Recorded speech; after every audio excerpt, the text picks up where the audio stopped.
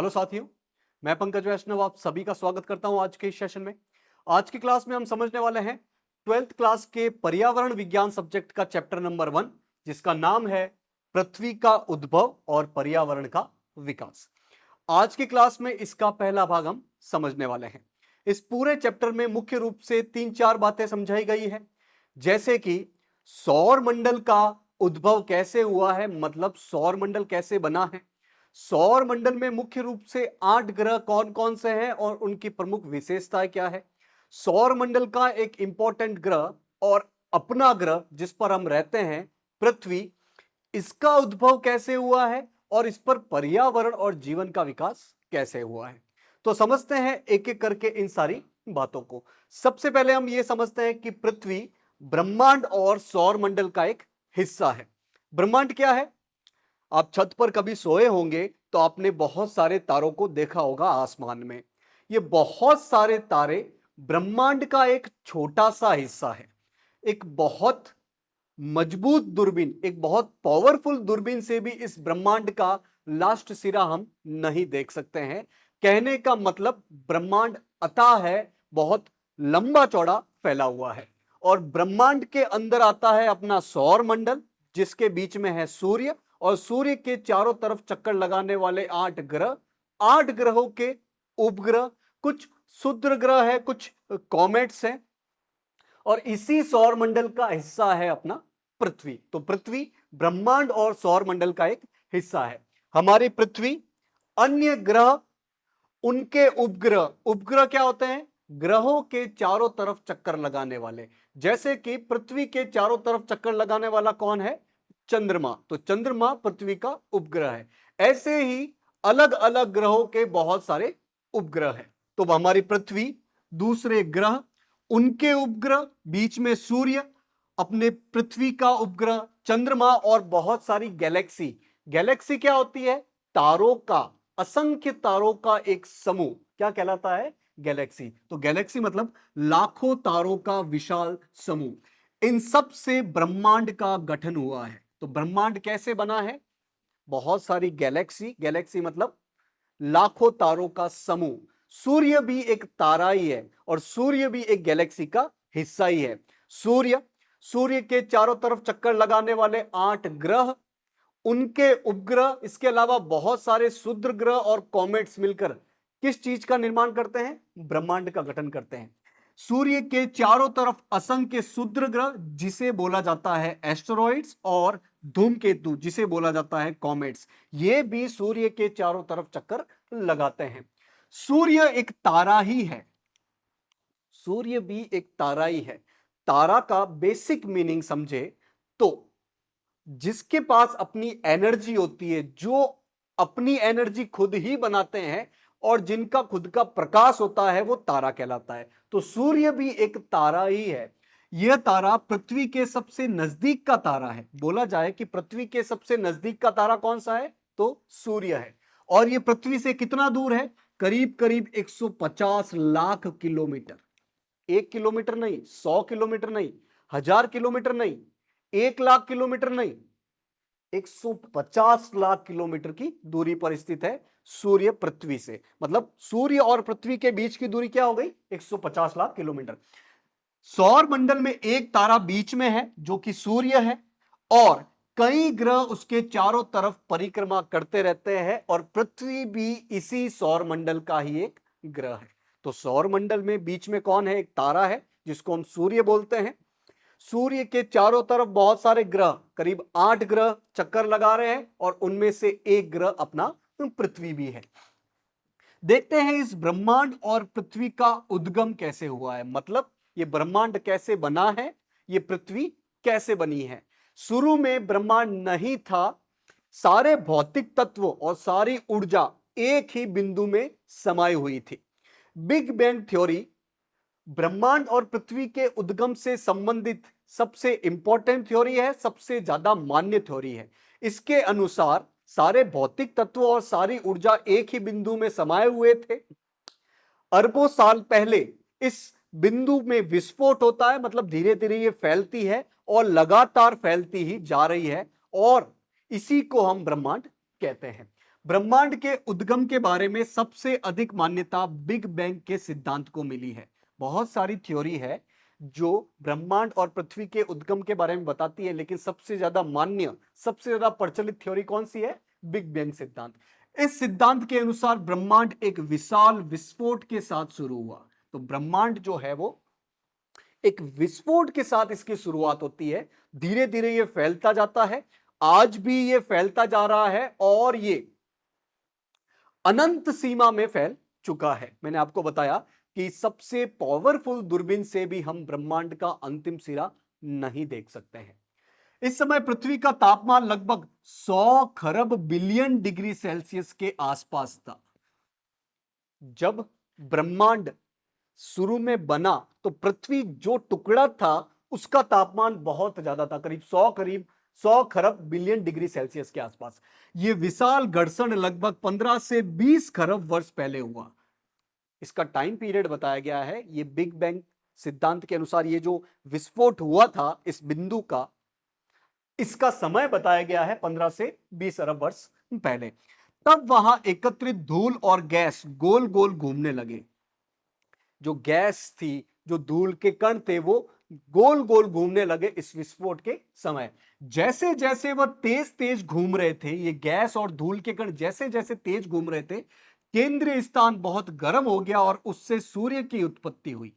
ये धूल के कण और गैस जैसे जैसे घूम रहे थे, इनकी गति तेज होती जा रही थी, तो बीच में गैस और धूल के कणों का इकट्ठा हो गया और वहां पर सूर्य का निर्माण हो गया। किनारों पे जो धूल के बड़े बड़े टुकड़े थे वो टूट टूट कर गिरने लगे और उनसे गेंद की आकार के 8 ग्रहों का निर्माण हुआ। और किनारों पर जो धूल और गैस के बड़े बड़े टुकड़े थे वो भी समय के साथ धीरे धीरे ग्रह बन गए और इसी से अपने सौरमंडल का निर्माण हुआ। इसी से हमारे सौरमंडल की नींव पड़ी। 4.5 खरब वर्ष पहले एक विस्फोट के साथ पृथ्वी भी अलग हो गई। यह एक जलते हुए गर्म सफेद रंग के गैस और धूल के समूह के रूप में थी। आज जैसे हम पृथ्वी को देखते हैं कंडेंस रूप में, ऐसे नहीं थी। वो धूल के कणों के रूप में, गैस के रूप में थी। बहुत दिनों बाद धूल और गैस ने संघनित होते होते ठोस चट्टान का रूप धारण कर लिया। ये जो गैस थी, ये जो धूल के कण थे, वो संघनित हो गई, एक ठोस रूप में आ गई और आज जो हम पृथ्वी को देखते हैं उसकी तरफ ये अग्रसर होने लगी। इस संघनन और सिकुड़न ने पृथ्वी को इतना गर्म बना दिया कि चट्टान एक चिपचिपे तरल पदार्थ की तरफ पिघलने लगी। टेम्परेचर भी था और टेम्परेचर की वजह से ये जो चट्टानें हैं वो पिघलने लगी। लाखों वर्षों बाद पृथ्वी की बाहरी सतह ठंडी हुई और ठोस चट्टान बनने लगी। पृथ्वी का भीतरी हिस्सा अब भी बहुत गर्म है। पृथ्वी के आप अंदर की तरफ जाओगे, जमीन को खोदकर नीचे की तरफ जाओगे, तो इसका जो बीच वाला हिस्सा है जिसे हम कोर कहते हैं, वो आज भी बहुत ज्यादा गर्म है। इस फोटो में बताया गया है कि कैसे सूर्य और बाकी ग्रहों का निर्माण हुआ। सबसे पहले इस पहले फोटो को देखिए, क फोटो को देखिए। बड़ा सा घूमता हुआ गैस का पिंड गोलाकार हुआ और इसके ध्रुवों की ओर उभार आ गए। ये जो गोला है वो गोल गोल घूमते घूमते इसके ये जो ध्रुव वाला हिस्सा है वो थोड़े से उभार आने लगे और धीरे धीरे आपको जो ये रिंग दिख रही है उसका निर्माण भी होने लगा। केंद्रीय पिंड से अलग होती हुई पिंड की रिंग इस दूसरे फोटो में बताई गई है कि गोल गोल घूमते घूमते ये धीरे धीरे रिंग भी बनने लगी। फिर इस रिंग का जो मटेरियल था, रिंग के जो पदार्थ थे, वो भी गोलाकार रूप में आने लगे और उसी से ग्रहों और सूर्य का निर्माण हुआ। तो पिंड का पदार्थ ठंडा हुआ, सिकुड़कर कक्षा में केंद्र पिंड के रूप में ठोस ग्रह बना और उसी से सूर्य बना। उसी को हम सूर्य कहते हैं। तो इस प्रकार अपने सौर मंडल का निर्माण होता है। हमने देखा कि पृथ्वी कैसे गर्म थी और बहुत ज्यादा गर्म होने की वजह से इसका जो चट्टानी रूप था वो तरल और चिपचिपे पदार्थ में बहता था। तो ये पिघले हुए पदार्थ और गर्म गैसों के ठंडे होकर ठोस होने से पृथ्वी के परत का निर्माण हुआ और इसके ठंडे होने पर भूमि का निर्माण हुआ। समय के साथ ये पदार्थ ठंडे होने लगे जिससे पृथ्वी की ऊपरी परत बनी और उसी से भूमि का निर्माण हुआ। पृथ्वी के ठंडे होने से संघनित हुई जलीय वाष्प तरल पानी में बदल गई और इसी से गड्ढे भर गए और समुद्र बन गए। पृथ्वी जब ठंडी हुई तो पृथ्वी के वातावरण में जो जलीय वाष्प थी, जो भाप के रूप में पानी था, वो भी ठंडा हुआ, उसका संघनन हुआ, वो तरल पानी में बदल गया और ये पानी गड्ढों में भर गया और उसी को हम समुद्र कहते हैं। मतलब इसी प्रकार अपने समुद्रों का भी निर्माण हमें देखने को मिलता है। अब समझते हैं पृथ्वी को थोड़ा और डिटेल में। पृथ्वी का अपना एक अनूठा वातावरण है। बाकी सारे ग्रह कौन से, अभी हम आने वाली स्लाइड में देखेंगे 8 ग्रहों के बारे में। पृथ्वी के बारे में पहले देख लेते हैं। तो पृथ्वी का वातावरण बाकी ग्रहों से एकदम अलग है। इसी वातावरण के कारण पृथ्वी का तापमान जो है वो बैलेंस रहता है, मेंटेन रहता है। न ज्यादा गर्म होती है पृथ्वी और न ज्यादा ठंडी होती है, बीच में टेम्परेचर रहता है। और इस बीच के टेम्परेचर की वजह से ही पृथ्वी पर जीने के लायक अनुकूल वातावरण बन पाता है। तो पृथ्वी का जो वातावरण है वो तापमान को नियंत्रित करने में सहायता करता है, बैलेंस बना के रखता है और उसी से जीवन को सहारा देने के लिए एक उपयुक्त चीजें बन जाती है पृथ्वी पर। पृथ्वी के जैसे जैसे आप नीचे जाओगे, तापमान और पदार्थों की डेंसिटी में, उनके घनत्व में आपको बदलाव देखने को मिलेगा। और तापमान और घनत्व के आधार पर ही हम पृथ्वी के अंदर वाले हिस्से को मुख्य रूप से 3 भागों में बांटते हैं। सबसे ऊपर क्रस्ट, बीच में मेंटल और सबसे नीचे है कोर वाला हिस्सा। तो 32 किलोमीटर की गहराई पर पृथ्वी के भाग को हम प्रवार या फिर मेंटल कहते हैं। नीचे जाओगे तो 32 किलोमीटर के बाद वाला हिस्सा जो आएगा वो मेंटल कहलाता है। कहीं कहीं 100 किलोमीटर के बाद आपको मेंटल मिलेगा और बहुत ज्यादा जगह पर आपको 32 किलोमीटर वाले हिस्से पर मेंटल देखने को मिल जाएगा। ये ठोस चट्टान का बना हुआ है। पृथ्वी का जो केंद्रीय भाग है, जिसे हम कोर या क्रोड कहते हैं, वो करीब करीब 6400 किलोमीटर की दूरी पर है। पृथ्वी के आप अंदर जाओगे, ये अपनी पृथ्वी, हम यहां पर खड़े हैं, आप नीचे की तरफ जाओगे तो ये जो बीचों बीच वाला हिस्सा आएगा, ये करीब करीब 6400 किलोमीटर की दूरी पर आएगा और इसी को हम कहते हैं कोर या क्रोड हिस्सा। इसका तापमान लगभग 5000 डिग्री सेल्सियस के आसपास है। यहां पर बहुत ज्यादा गर्मी है। इतनी गर्मी पर इंसान सरवाइव नहीं कर सकता है। अधिकांश क्रोड भाग जो है वो गर्म है और तरल रूप में है, लिक्विड रूप में है। पृथ्वी 24 घंटों में अपनी धुरी पर एक पूरा चक्कर लगा लेती है और इसी को हम कहते हैं दिन रात का बनना। तो पृथ्वी 24 घंटों में एक बार घूमते हुए अपनी धुरी पर घूमती है और इसीलिए दिन रात का चक्र भी 24 घंटों का होता है। पृथ्वी अपनी धुरी पर घूमने के साथ साथ ही सूर्य के चारों तरफ भी चक्कर लगाती है और सूर्य के चारों तरफ चक्कर लगाने में पृथ्वी को कितने दिन लग जाते हैं? 365 सही 1/4, मतलब 365 दिन और करीब करीब 6 घंटे का समय लग जाता है और इसी को हम कहते हैं 1 साल। पृथ्वी सूर्य के चारों तरफ चक्कर लगा रही है, उसे हम 1 साल कहते हैं और पृथ्वी अपनी धुरी पर 24 घंटे में एक चक्कर लगा रही है, उसे हम कहते हैं दिन रात का बनना। इस फोटो में आप देख सकते हैं कि कैसे पृथ्वी का आंतरिक भाग मुख्य रूप से 3 भागों में बटा हुआ है। सबसे ऊपर है परपट्टी या ऊपरी परत, जिसे हम कहते हैं क्रस्ट। बीच में आओगे तो मेंटल मिलेगा और सबसे नीचे जाओगे तो कोर या क्रोड वाला हिस्सा मिलेगा और बीच वाला हिस्सा करीब करीब आपको 6400 किलोमीटर पर मिलेगा। मतलब आपको पृथ्वी को खोदकर बीचों बीच में जाना है तो कितनी खुदाई करनी पड़ेगी? करीब 6400 किलोमीटर की खुदाई करनी पड़ेगी। इस डायग्राम में आप देख सकते हो कि कैसे पृथ्वी अपने अक्ष पर झुकी हुई है और सूर्य के चारों तरफ चक्कर लगा रही है।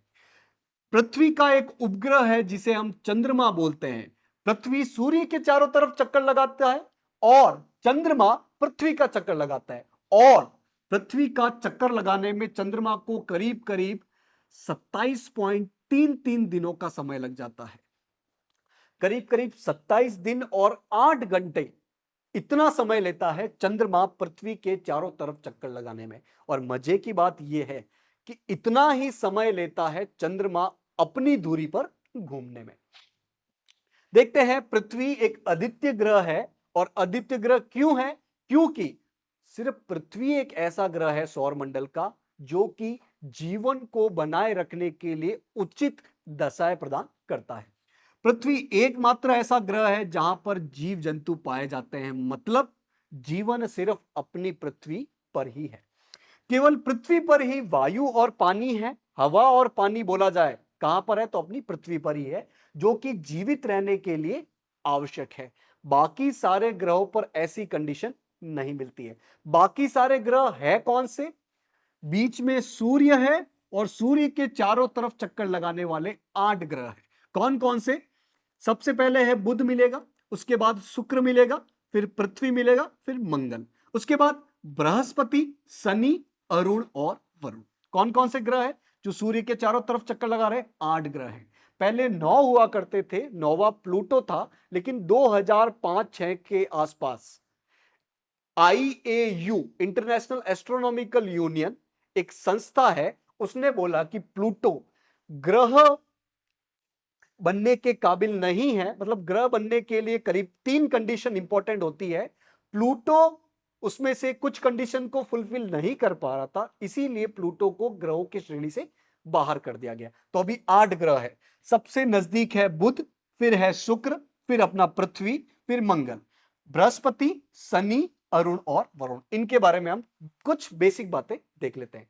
सबसे पहले है बुध, जिसे मरकरी बोला जाता है। यह सूर्य के सबसे नजदीक है और सौर मंडल का सबसे छोटा ग्रह है।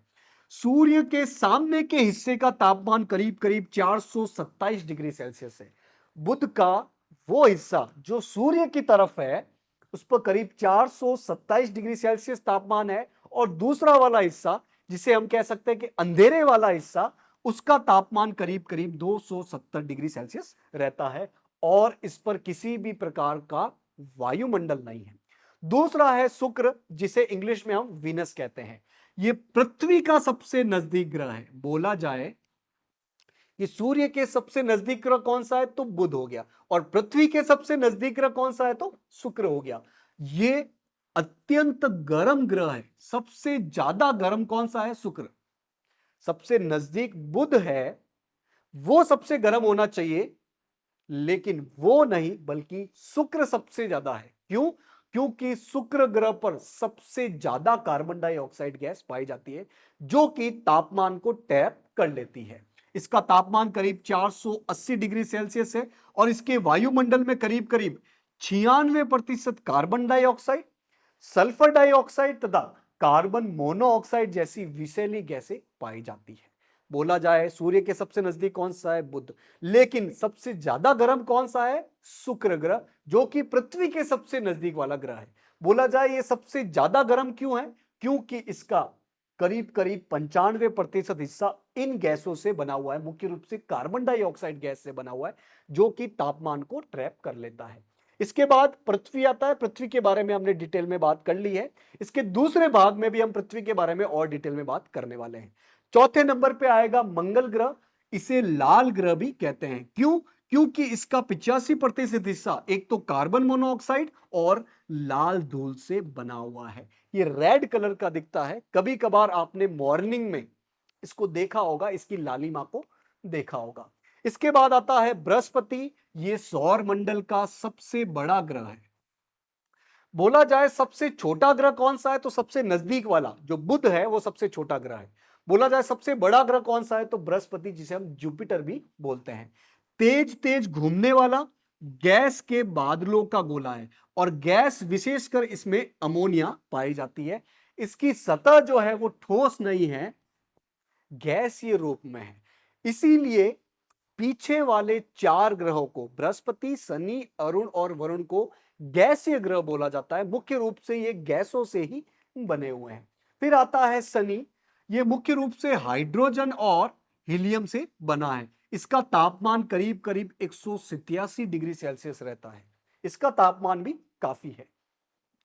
हाइड्रोजन साइनाइड जैसी इस पे बहुत ज्यादा विषैली गैस भी मिलती है शनि पे। नेक्स्ट है अरुण। अरुण बहुत ठंडा ग्रह है, और इसकी घूमने वाली जो धुरी है वो बहुत ज्यादा झुकी हुई है। जैसे कि हमने देखा कि पृथ्वी भी अपनी धुरी पर झुका हुआ है करीब 23.5 डिग्री। तो अरुण जो है वो भी बहुत ज्यादा झुकी हुई है अपने दूरी पर। नेक्स्ट है वरुण और सबसे अंतिम ग्रह है सौरमंडल का, इसको नेपच्यून भी बोला जाता है। पृथ्वी के मुकाबले ये बहुत ज्यादा छोटा है, ठंडा है और अंधकारपूर्ण है, सूर्य से बहुत ज्यादा दूरी पर है। इसकी सतह जो है वो जमी हुई मीथेन से ढकी हुई है। इसकी सतह मीथेन से ढकी हुई है, यह बात इंपॉर्टेंट है। तो आज की क्लास में हमने देखा कि कैसे बिग बैंग थ्योरी से ब्रह्मांड का निर्माण शुरू होता है, कैसे सौर मंडल बनता है और कैसे सौर मंडल के ग्रह बनते हैं, और सौर मंडल के 8 ग्रह कौन से हैं, और 8 ग्रहों में से हमने पृथ्वी को छोड़कर बाकी 7 ग्रहों के बारे में कुछ बेसिक बातें समझी। तो आपको करना क्या है, आज जो भी चीजें समझी है उसको आज ही रिवाइज करना है, ताकि लंबे समय तक आपके दिमाग में बनी रह सके। आशा है आज की क्लास आपको समझ में आई होगी। आज के इस सेशन से जुड़ने के लिए आप सभी का बहुत बहुत धन्यवाद।